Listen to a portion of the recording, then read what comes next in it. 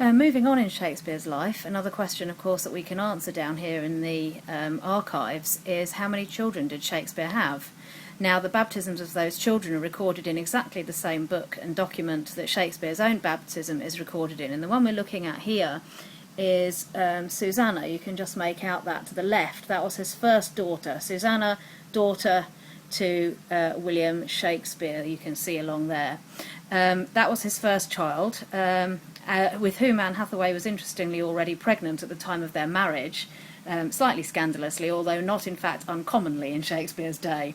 Then a couple of year and a bit later, we have the baptism of his twins, Hamnet and Judith, same in the same record book. And then much further on in the record book, but rather more sadly, we have the record of the death here and burial of Hamnet, Shakespeare's son, who died when he was 11 years old.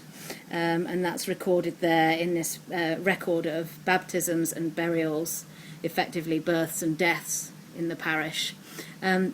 By this time, Shakespeare was in fact in London, and nobody knows whether he returned to Stratford for the funeral of his son, or whether or not he got news of the death in time to do so. But it's interesting to speculate how that affected him, the death of his son, whether or not he returned to the funeral.